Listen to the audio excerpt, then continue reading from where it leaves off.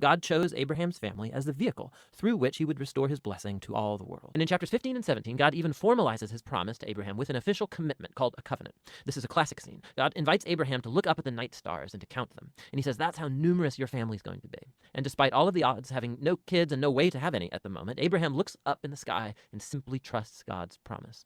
And God responds by entering into a covenant with Abraham, promising that he will become a father of many nations, that God's blessing may come to the whole world. God asks Abraham to mark his family with a sign of the covenant, circumcision of all the male boys in the family. This is a symbol to remind them that the fruitfulness of their family is a gift from God.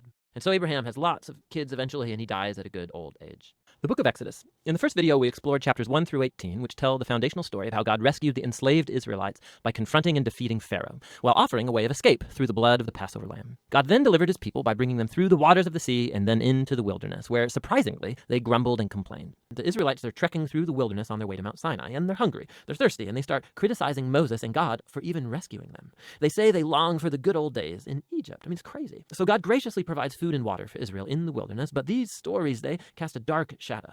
And we begin to wonder, could it be that Israel's heart is just as hard as Pharaoh's? We shall see. Now, the second half of the book of Exodus opens as Moses leads Israel to the foot of Mount Sinai, where God invites the nation of Israel to enter into a covenant relationship. And here we reach another key moment in the biblical storyline, because this is picking up and developing God's promise to Abraham. So remember, from the book of Genesis, God promised that through Abraham's family, somehow he would restore his blessing to all of the nations. And here we find out more. God says that if Israel obeys the terms of the covenant, they will be so shaped by God's laws and teaching and justice that they will become a kingdom of priests, which means that they will become God's representatives and show all of the other nations what God is truly like.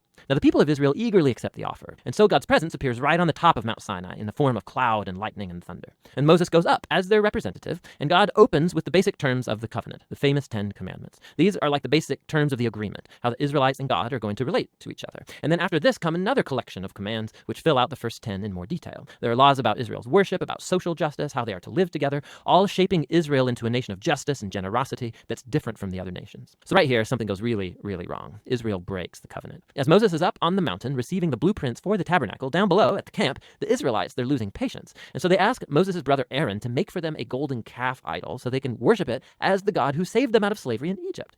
Now God's presence, it's right there on top of the mountain. They can see it. But here they are below, breaking the first 2 commands of the covenant they just agreed to. No other gods and no idols. And it all comes together in the final chapter where the tabernacle's finished. God's glorious divine presence comes and hovers over the tent, and our hopes are high. And so Moses, he goes right up to enter into the tent, and he can't. He actually can't go in, and that's how the book ends. It's really surprising, but not really if you think about it. You can see now how much Israel's sin has damaged the relationship with God in more ways than we realized.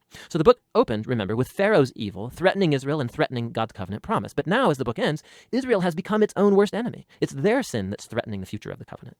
And so the question as the book closes is, how is God going to reconcile this conflict between his holiness and his goodness and his presence with the sinful corruption of his own covenant people? The solution to that problem is what the next book is about. But for now, that's the book of Exodus.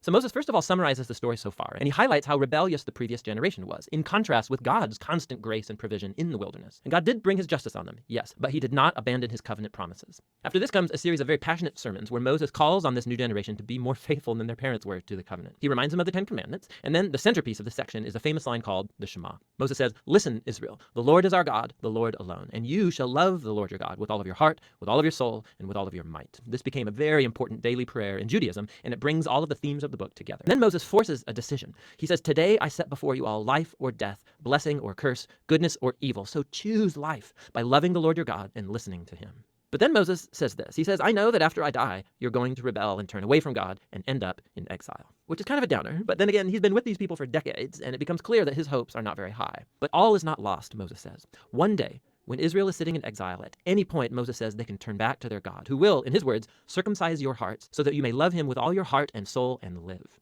Now, this is a vivid metaphor that's saying something is fundamentally wrong with Israel's heart. It's stubborn and hard. And it's the same thing wrong with the heart of all of humanity. This is going all the way back to the rebellion in the garden. Humans seized autonomy from God. They wanted to define good and evil for themselves, and they ruined God's good world as a result. But one day, Moses says, God is going to do something to transform the hearts of his people so that they can truly listen to and love God from the heart and be led back to true life. And this is the promise that gets picked up by the later biblical prophets, Jeremiah and Ezekiel, the hope for a new heart. So Moses ends his speech with a poem of warning and then of blessing, and then he walks up onto a mountain and he dies. to Israel. He rescued them out of slavery. He brought them to Mount Sinai, where he entered into a covenant with them. He asked them to be faithful to him alone. But then he brought Israel into the promised land, and they took all the abundance that he gave them, and they dedicated it to the worship of the Canaanite god Baal. And so God has a legitimate reason. He could end the covenant and divorce Israel, and he thinks about doing so, but instead, he says that he's going to pursue Israel again and renew his covenant with them. And he says why? It's purely because of his own love, compassion, and faithfulness. The book of Judges. So remember, after Joshua led the tribes of Israel into the promised land, he called them to be faithful to their covenant with God by obeying the commands of the Torah. And if they do this, they will show all the other nations what God is like. So Judges begins with the death of Joshua and basically tells the story of Israel's total failure. The book of Judges is very disturbing and violent. It tells the tragic tale of Israel's moral corruption, of its bad leadership, and basically how they become no different than the Canaanites. God had called Israel to be a holy people, and that does not happen. Chapter 2 describes how Israel just moved in alongside the Canaanites and adopted all their cultural and religious practices. And it's right here that the story stops. For nearly a whole chapter, the narrator gives us an overview of everything that's about to happen in the body of the book. This part of Israel's history, the narrator says, was a series of cycles moving in a downward spiral. So Israel became like the Canaanites, and so they would sin against God. So God would allow them to be conquered and oppressed by the Canaanites, and eventually the Israelites would see the error of their ways and repent. So God would raise up a deliverer, a judge from among Israel who would defeat the enemy and bring about an era of peace. But eventually Israel would sin again, and it would all start over. This cycle provides the literary design and flow for the next main section of the book. It gets repeated for each of the 6 main judges whose stories are told here. When Israel forgets its God, might makes right. The final story of the book is even worse. It's a shocking tale of sexual abuse and violence, which all leads to Israel's first civil war. It's very disturbing. And that's the point. These stories are meant to serve as a warning. Israel's descent into self-destruction is a result of turning away from the God who loves them and saved them out of slavery in Egypt. And now Israel needs to be delivered again from themselves. The book of the prophet Isaiah. Isaiah lived in Jerusalem in the latter half of Israel's kingdom period, and he spoke on God's behalf to the leaders of Jerusalem and Judah. He spoke, first of all, a message of God's judgment. He warned Israel's corrupt leaders that their rebellion against their covenant with God would come at a cost, that God was going to use the great empires of Assyria and after them Babylon to judge Jerusalem if they persisted in idolatry and oppression of the poor. But that announcement was combined with a message of hope. Isaiah believed deeply that God would one day fulfill all of his covenant promises, that he would send a king from David's line to establish God's kingdom, remember 2 Samuel 7, that he would lead Israel in obedience to all of the laws of the covenant made at Mount Sinai, remember Exodus chapter 19. And all of this was so that God's blessing and salvation would flow outward to all of the nations, like God promised to Abraham in Genesis chapter 12. And it's this hope that compelled Isaiah to speak out against the corruption and idolatry of Israel in his day. And Babylon's kings claimed that they were higher than all other gods, and so God vows to bring Babylon down. And not only Babylon. Isaiah goes on to list Israel's neighbors, accusing them all of the same kind of pride and injustice, and he predicts their ultimate ruin. And so chapter 39 concluded with Isaiah predicting Jerusalem's fall to Babylon and the exile. And 100 years after Isaiah, it all sadly came to pass. But Isaiah's greater hope was for a new, purified Jerusalem, where God's kingdom would be restored through the future Messianic king, and all nations would come together in peace. In the fall of Babylon and the rise of the Persian king Cyrus, Israel should see God's hand at work, and so become his servant, telling the nations who he is. But by the end of the trial, chapter 48, we find that Israel is still as rebellious and hard-hearted as their ancestors. And so God disqualifies them as his servant, but God still is on a mission to bless the nations. And so the prophet says God's going to do a new thing to solve this problem, which moves into the next section, 49 to 55. We're introduced to a figure who's called God's servant, who's going to fulfill God's mission and do what Israel has failed to do. And so the prophet hopes that Israel will respond by becoming God's servant. That is, after experiencing God's justice and mercy through history, that they will now begin to share with the nations who God truly is. But that's not what's happening. Israel, instead of bearing witness to the nations, is actually complaining and even accusing God. They say, the Lord doesn't pay attention to our trouble. In fact, he's ignoring our cause. The Babylonian exile, and understandably, caused Israel to lose faith in their God. I mean, maybe he's not that powerful. Maybe the gods of Babylon are way greater than our God. And so the rest of these chapters, 41 to 47, are set up like a trial scene. God is responding to these doubts and accusations with the following arguments. He says first that the exile to Babylon was not divine neglect. Rather, it was divinely orchestrated as a judgment for Israel's sin. And second, it was for Israel's sake that God raised up Persia to conquer Babylon so they could come back home, fulfilling Isaiah's words. So the right conclusion that Israel should draw is that their God is the king of history, not the idols of the nations. In the fall of Babylon and the rise of the Persian king Cyrus, Israel should see God's hand at work, and so become his servant, telling the nations who he is. But by the end of the trial, chapter 48, we find that Israel is still as rebellious and hard-hearted as their ancestors. And so God disqualifies them as his servant, but God still is on a mission to bless the nations. And so the prophet says God's going to do a new thing to solve this problem. Chapters 1 to 24, it's a collection of Jeremiah's writings from before the exile. And the core idea here is that Israel has broken the covenant with God and violated all the terms of the agreement they made that are written in the Torah. And in a number of ways. They've adopted the worship of all kinds of Canaanite gods, building idol shrines all over the land, and Jeremiah develops the metaphor of idolatry as adultery, and uses the language of prostitution, promiscuity, unfaithfulness to describe how Israel has given their allegiance to other gods. Jeremiah also repeatedly accuses Israel's leaders, the priests, the kings, the other prophets, have all become corrupt. They've abandoned the Torah and the covenant, which has led to a tragic result: rampant social injustice. The most vulnerable people in Israelite communities, the widows, orphans, and immigrants, were all being taken advantage of, in clear violation of the laws of the Torah, and Israel's leaders didn't even seem to care. So a classic place where all of these ideas come together is in chapter 7. It's called Jeremiah's temple sermon. The Israelites are coming to worship their God in the temple as if everything is just fine, but outside the temple they are worshiping other gods, and some were even adopting the horrifying Canaanite practice of child sacrifice. And so Jeremiah makes his very unpopular announcement. The God of Israel is coming in judgment. He's going to destroy his own temple and punish Israel by sending an enemy from the north. This is an army that God would allow to conquer Jerusalem, and as you read on, you discover he's talking about the great empire of Babylon. And so this all leads up to a transition in chapter 25. Israel hasn't turned back to their God, and so in the first year of Babylon's new king, Nebuchadnezzar, God tells Jeremiah to announce that the Babylonian armies are headed for Israel and all of its neighbors to conquer them and take them into exile for 70 years. He compares Babylon to a cup of wine filled to the brim with God's just anger at all of Israel's injustice and idolatry, and God will make Israel and the nations drink from this cup. This is why Hosea is constantly exposing the hypocrisy of Israel's worship. He constantly shows how they're breaking the Ten Commandments, how they're allowing grave injustice in their communities, and then they go to their sacred temples and they offer sacrifices to God like everything is just fine. But it's not fine. And not only because of their hypocrisy, but because they're worshiping all of these other gods too. He mentions many times their altars to Baal at the cities of Bethel and Gilgal. And not only have they given their allegiance to other gods, Hosea repeatedly accuses Israel for trusting in their political alliances with Egypt and Assyria. So instead of trusting God to protect them, they want to become like these nations and rely solely on military power. And God says it's all going to come crashing down on their heads, because in not too long, Assyria will turn on them and come to ravage their lands. The book of the prophet Amos. Amos is naming all of these neighboring nations. You can go look at a map and see that he's creating a circle. And when he's done, Israel lies right in the center, like a target in the crosshairs. And on Israel, Amos unleashes a poetic accusation that's 3 times longer and more intense than any of these others. He accuses Israel's wealthy of ignoring the poor and allowing grave injustice in their land, specifically by allowing the poor to be sold into debt slavery and then going on to deny any of these people legal representation.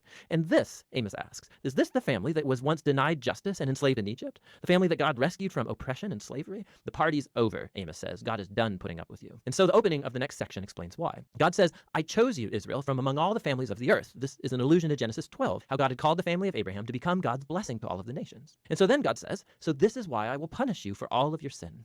Israel had a great calling, which came with great responsibility, and so their sin and rebellion brings great consequences. Now this section brings together a lot of Amos's poems, and you'll see a few key themes repeated over and over. So first, he's constantly exposing the religious hypocrisy of Israel's wealthy and their leaders, and he describes how they faithfully attend the religious gatherings, giving offerings and sacrifices, all the while neglecting the poor and ignoring injustice. And Amos says it's all a sham, that God actually hates their worship because it's totally disconnected from how they treat people. God says a real relationship with him will transform a person's relationships. And so Amos's call to true worship is to let justice flow like a river and righteousness like a never-failing stream.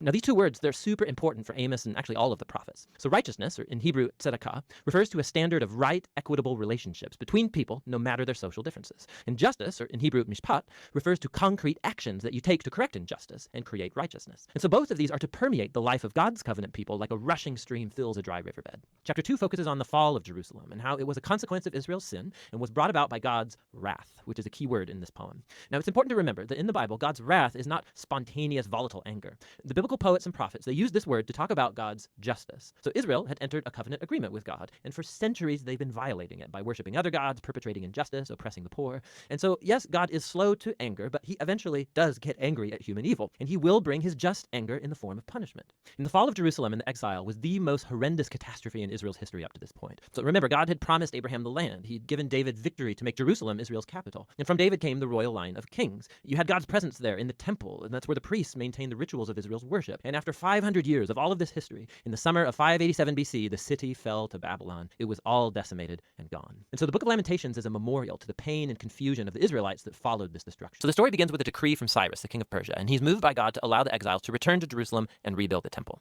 And the author says this fulfills a promise made by the prophet Jeremiah that the exiles would one day return to Jerusalem. Now, this fulfillment should trigger our hopes in the many other prophetic promises that exile was not the end of the story. We have hope for a future messianic king from the line of David. We have hope for a rebuilt temple where God's presence will dwell with his people. Hope for God's kingdom to come over all the nations and bring his blessing, just like he promised to Abraham. And so it's with all these hopes in mind that we read on into the story of Zerubbabel. His name means planted in Babylon. He represents the generation born in Babylonian captivity, and he leads a wave of Israelites returning to Jerusalem. After they settle there, they rebuild the altar for offering sacrifices and later the temple itself. The foundation laying ceremony and then the temple's final dedication, these are key moments. The past stories of the tabernacle and temple's dedication should be in our minds. This is when the fiery cloud of God's presence is supposed to descend. He's dwelling with his people, and it doesn't happen. And so while some people are happy about this new temple, the elders who had seen the previous temple of Solomon, they cry out in grief. It is nothing like their glorious past or their hopes for the future. And it's right here that we get the first story of opposition, and it's very odd. So the grandchildren of the Israelites who were not taken into exile, they had been living in Jerusalem all along, they come to offer help with the temple rebuilding. And Zerubbabel refuses. He says, "You have no part in our temple."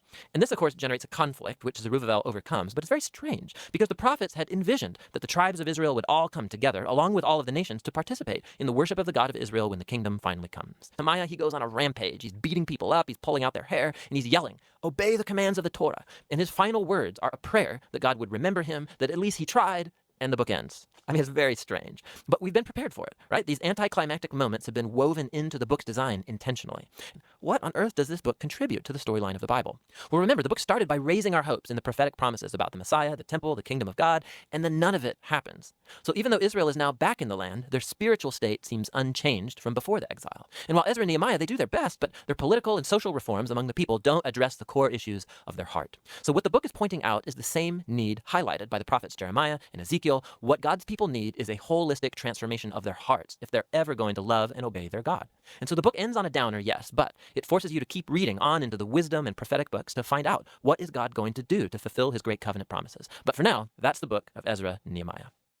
The book of the prophet Malachi. He lived about 100 years after the Israelites had returned from their Babylonian exile, and his message was directed to the people who had been living in Jerusalem for some time now. The temple had been rebuilt a while ago, and things were not going well. Just remember the stories from Ezra and Nehemiah. Now, when the Israelites first returned from exile, their hopes were high. They would return and rebuild their lives and the temple, all of the great promises of the prophets would come true. The Messiah would come and set up God's kingdom over a unified Israel and over the nations and bring justice and peace for all. But that's not what happened. The Israelites who repopulated the city proved to be just as unfaithful to God as their ancestors, resulting in poverty and injustice. And so in Malachi, we find out just how corrupt this new generation has become. The book's designed as a series of disputes, and most sections begin with God saying something, making a claim or an accusation, and then Israel will disagree or question God's statement. And then God will respond and offer the last word. This happens 6 times. In the first 3 disputes, God exposes Israel's corruption, and in the final 3 disputes, he confronts their corruption. And the overall impression you get from these arguments and disputes is that the exile fundamentally didn't change anything in the people. Israel's hearts are as hard as ever.